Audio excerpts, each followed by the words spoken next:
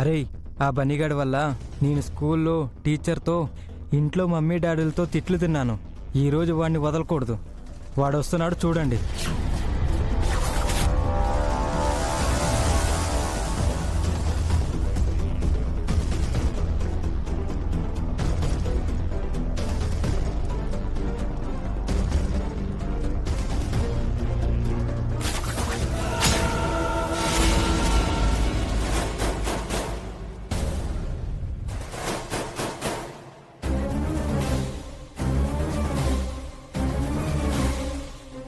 ఏరా బన్నీ, ఎక్కడికి వెళ్తున్నావు?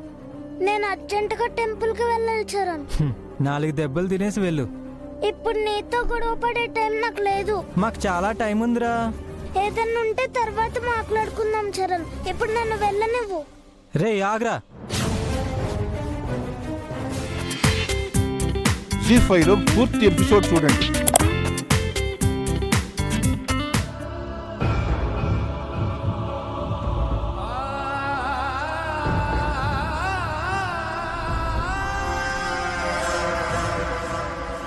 అయ్యా, మరొక 5 నిమిషాల్లో అమృత గడియలు ముగిసిపోతాయి.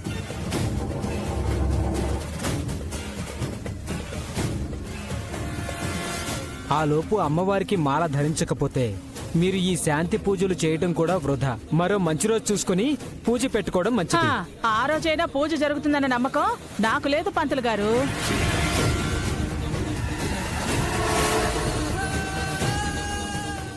ఎందుకంటే మంచి జరగాలని ఇక్కడ కొంతమంది మనుషులకు లేదు. ఈ వసు వల్ల పూజ జరిగే అదృష్టం పోయింది. ఇక ఇంటికి వెళ్ళటమే మంచిది. అత్తయ్య ఆపుతావా? ఎందుకలా నోరు పారేసుకుంటున్నారు? మీ అత్తయ్య అన్న దాంట్లో తప్పే ఉందభి. మనందరికీ మంచి జరగాలని వసుకుంటే మాల ఎలా మర్చిపోతుంది? అలా అడుగుదనా? ఇప్పుడు మాల లేకుండా పూజ చేయటం కష్టమని పంతులు గారు అంటున్నారు. ఇప్పటికిప్పుడు మాల ఆకాశం నుంచి ఊడిపడుతుందా? లేక ఏదైనా అద్భుతం జరిగి ఎవరైనా మాల తీసుకొస్తారా?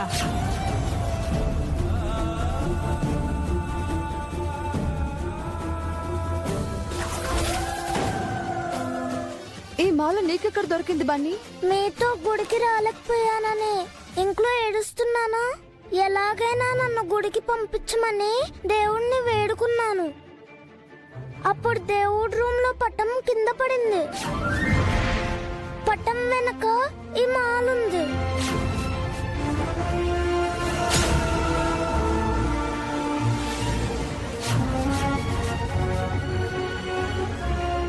ఈ మాలెంతో ముఖ్యమని నానమ్మ చెప్పింది గుర్తొచ్చింది. వెంటనే మాలను తీసుకొని వచ్చేసాను.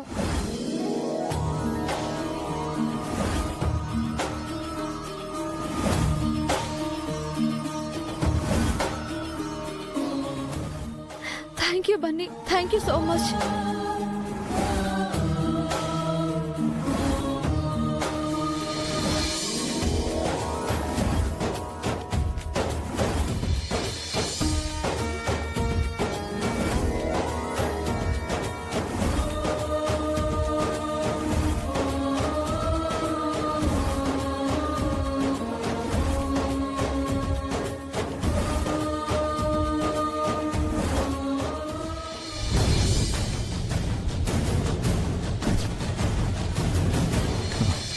బన్నీ, నీ ఒంటి మీద గాయాలేంటి? ఏమైంది బన్నీ?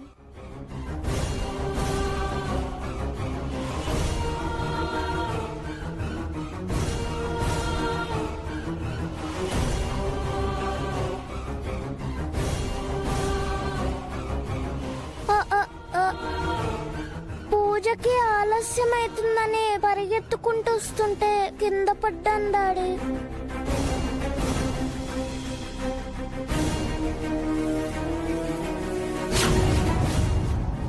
దెబ్బలు తగిలినా కూడా పరిగెత్తుకుని వచ్చావా బన్నీ?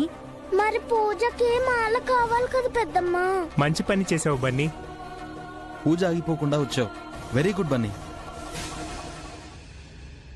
పంతులు గారు, అమృత ఘడియలు ఉన్నాయండి?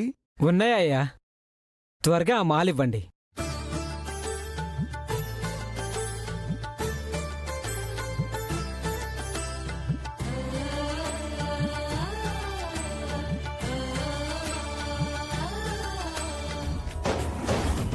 మాలధారణతో శాంతి పూజ మొదలైందమ్మా. ఇప్పుడు గుడి చుట్టూ పొర్లు దండాలు పెట్టాలి.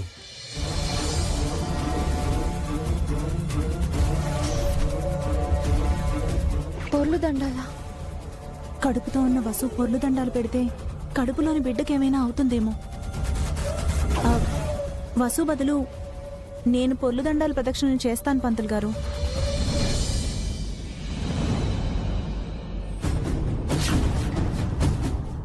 పూజ ఎవరు చేస్తారు? వాళ్లే పొర్లు దండాలు పెట్టి పూజ చేయాలి. నువ్వు పొర్లు దండాలు పెట్టడానికి నీకేమైంది వసు? అది అత్తయ్య, పూజ నేను చేసుంటే నేనే పొర్లు దండాలు పెట్టుండేదాన్ని.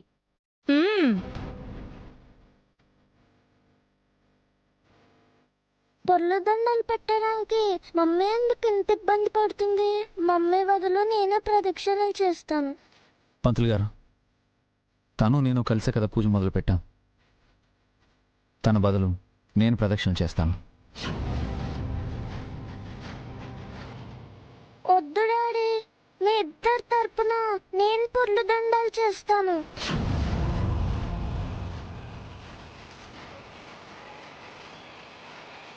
పూజ చేస్తోంది వాళ్ళైతే నువ్వెలా పొర్ల దండాలు పెడతావురా? నేను అమ్మా నాన్నల కొడుకునే కదమ్మా, నేను దండాలు పెడితే ఏమవుతుంది? బాలవాక్కు బ్రహ్మవాక్కు అన్నారు. ఇంత చిన్న వయసులో తల్లిదండ్రులకి సేవ చేస్తాననడం, సాయం చేస్తాననడం చాలా పెద్ద విషయం. అలాగే చేయి బాబు. థ్యాంక్ యూ పంతులు గారు. మమ్మీ, పొర్లు దండాలు ప్రదక్షిణలు ఎలా చేయాలి? మేం చేయిస్తాం రా బన్నీ. నా పాలిట దేవుళ్ళ వచ్చావు బన్నీ.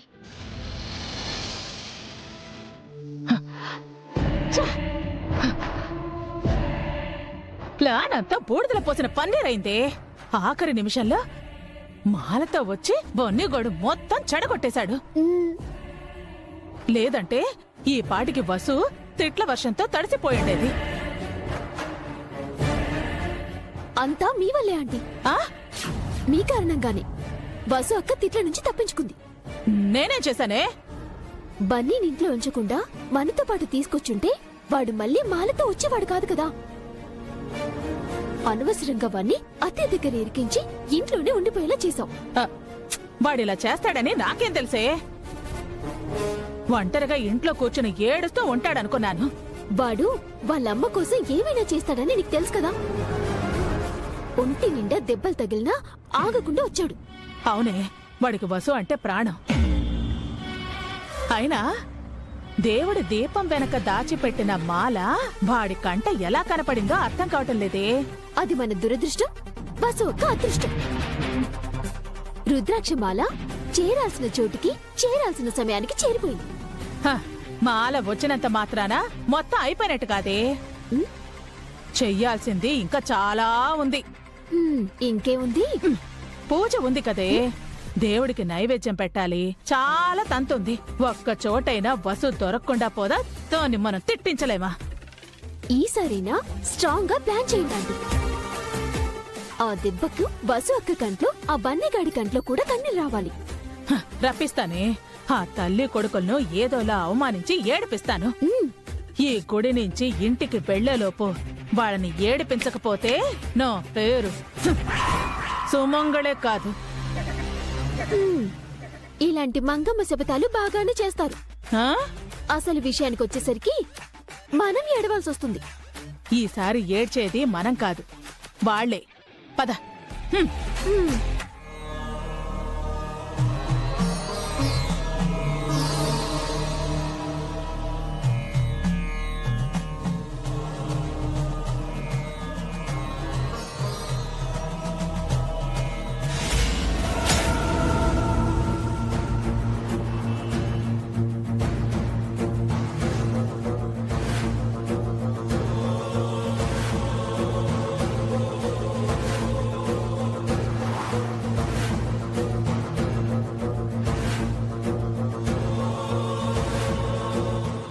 ఏమైంది వసు? నైవేద్యం నల్లగా అయిపోయింది అత్తయ్య.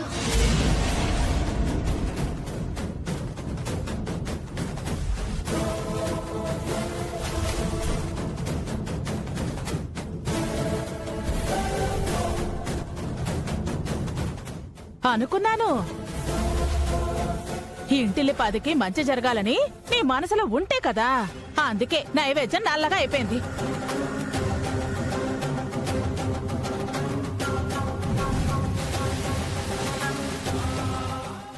ఏంటిది వసు? నీ మనసులో ఏం ఆలోచిస్తున్నావు? అందరూ నాశనం అయిపోవాలి అనా? మా ఇంటికి మంచి జరగకూడదనా? ఇందాక మాల ఇంట్లో పెట్టి వచ్చేసావు. పొల్లుదండాలు పెట్టమంటే పెట్టలేదు. ఇప్పుడు మాడిపోయి నైవేద్యం తీసుకొచ్చావు. నీ ఉద్దేశం ఏంటి? ఏం చేయాలనుకుంటున్నావు?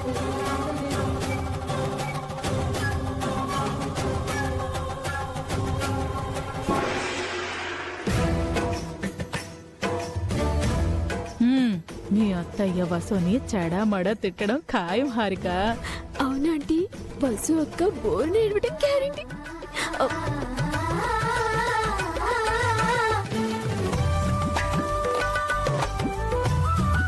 అమ్మా, దండం పెట్టుకుని నైవేద్యం సమర్పించు.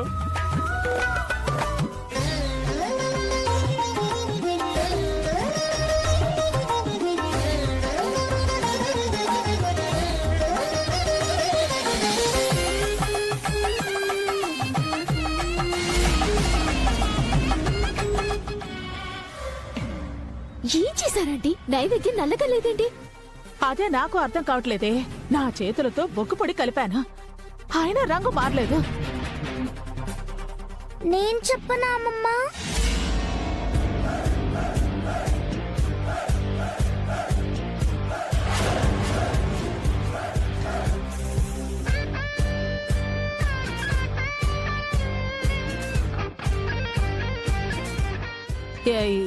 ఏమంటున్నావు బన్నీ? నైవేద్యాన్ని నల్లగా మార్చి మా మమ్మీని తిట్టించాలని మీరు ప్లాన్ చేయడం నేను విన్నానమ్మమ్మా.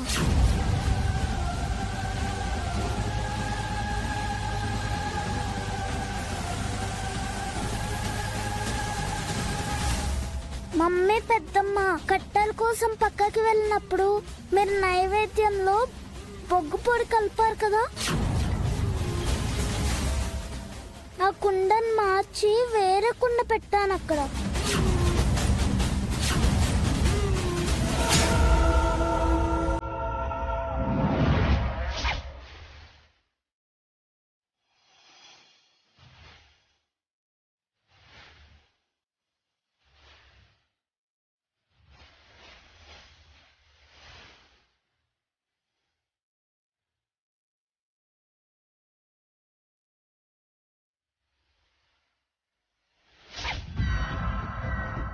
మీరు మా మమ్మీని తిట్టించాలని మాల దాచిపెట్టారు. ఇప్పుడు నైవేద్యం పాడు చేయాలనుకున్నారు. నన్ను గుడికి రాకుండా ఆపాలనుకున్నారు. ఈ విషయాలన్నీ మా డాడీతో చెప్తే మీ పని అయిపోతుంది.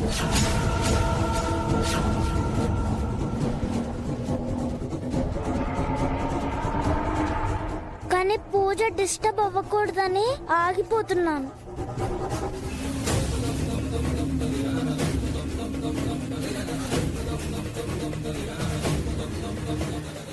వాళ్ళని అలా ఎందుకు దీవించారు పంతులు గారు? మంచి దీవెనే కదమ్మా. అమ్మవారి ఆశీర్వాద బలం వల్ల ఈ దంపతులకి మంచి సంతానం కలుగుతుంది. లేదు పంతులు గారు, వాళ్ళకి ఇప్పటికే పిల్లలున్నారు. మళ్ళీ పిల్లలు వద్దు.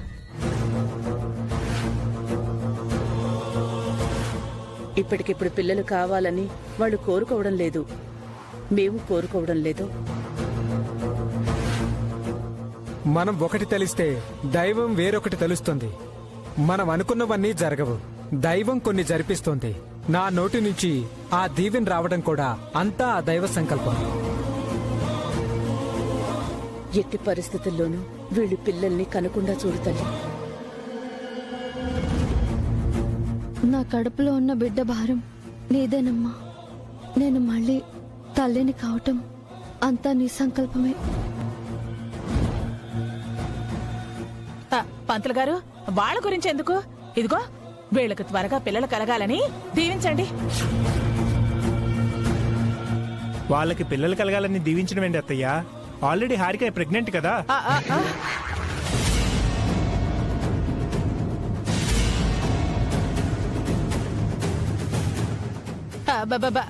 అదేరా, ఆ కడుపులోని బిడ్డ త్వరగా బయటికి రావాలని దీవించమంటున్నాను. అంతే అంతే, దీవించండి దీవించండి.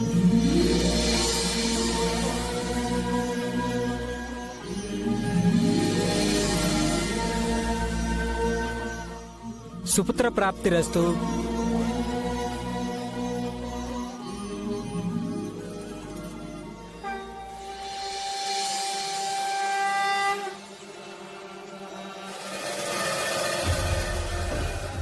అమ్మా, మీరు కడుపుతో ఉన్నారు కదా, ఈ ఉయ్యాలను అక్కడున్న అమ్మవారి చెట్టుకు కట్టండి. మంచి సంతానం కలుగుతుంది.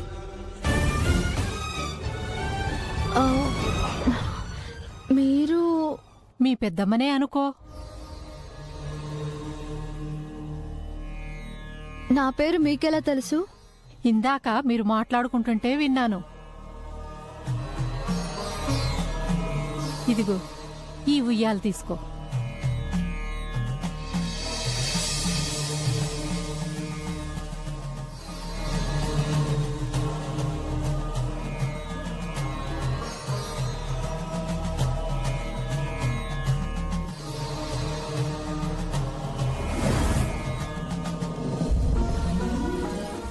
వెళ్ళి చెట్టు కట్టమ్మా, నీకు పండంటి బిడ్డ పుడతాడు.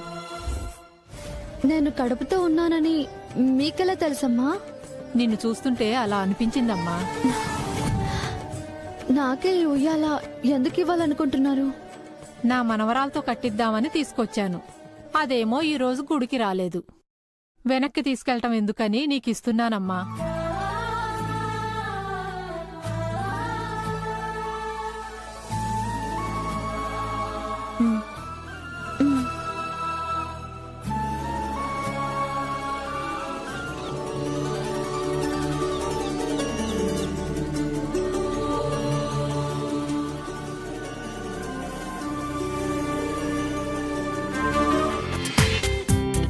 జీ5లో పూర్తి ఎపిసోడ్ చూడండి.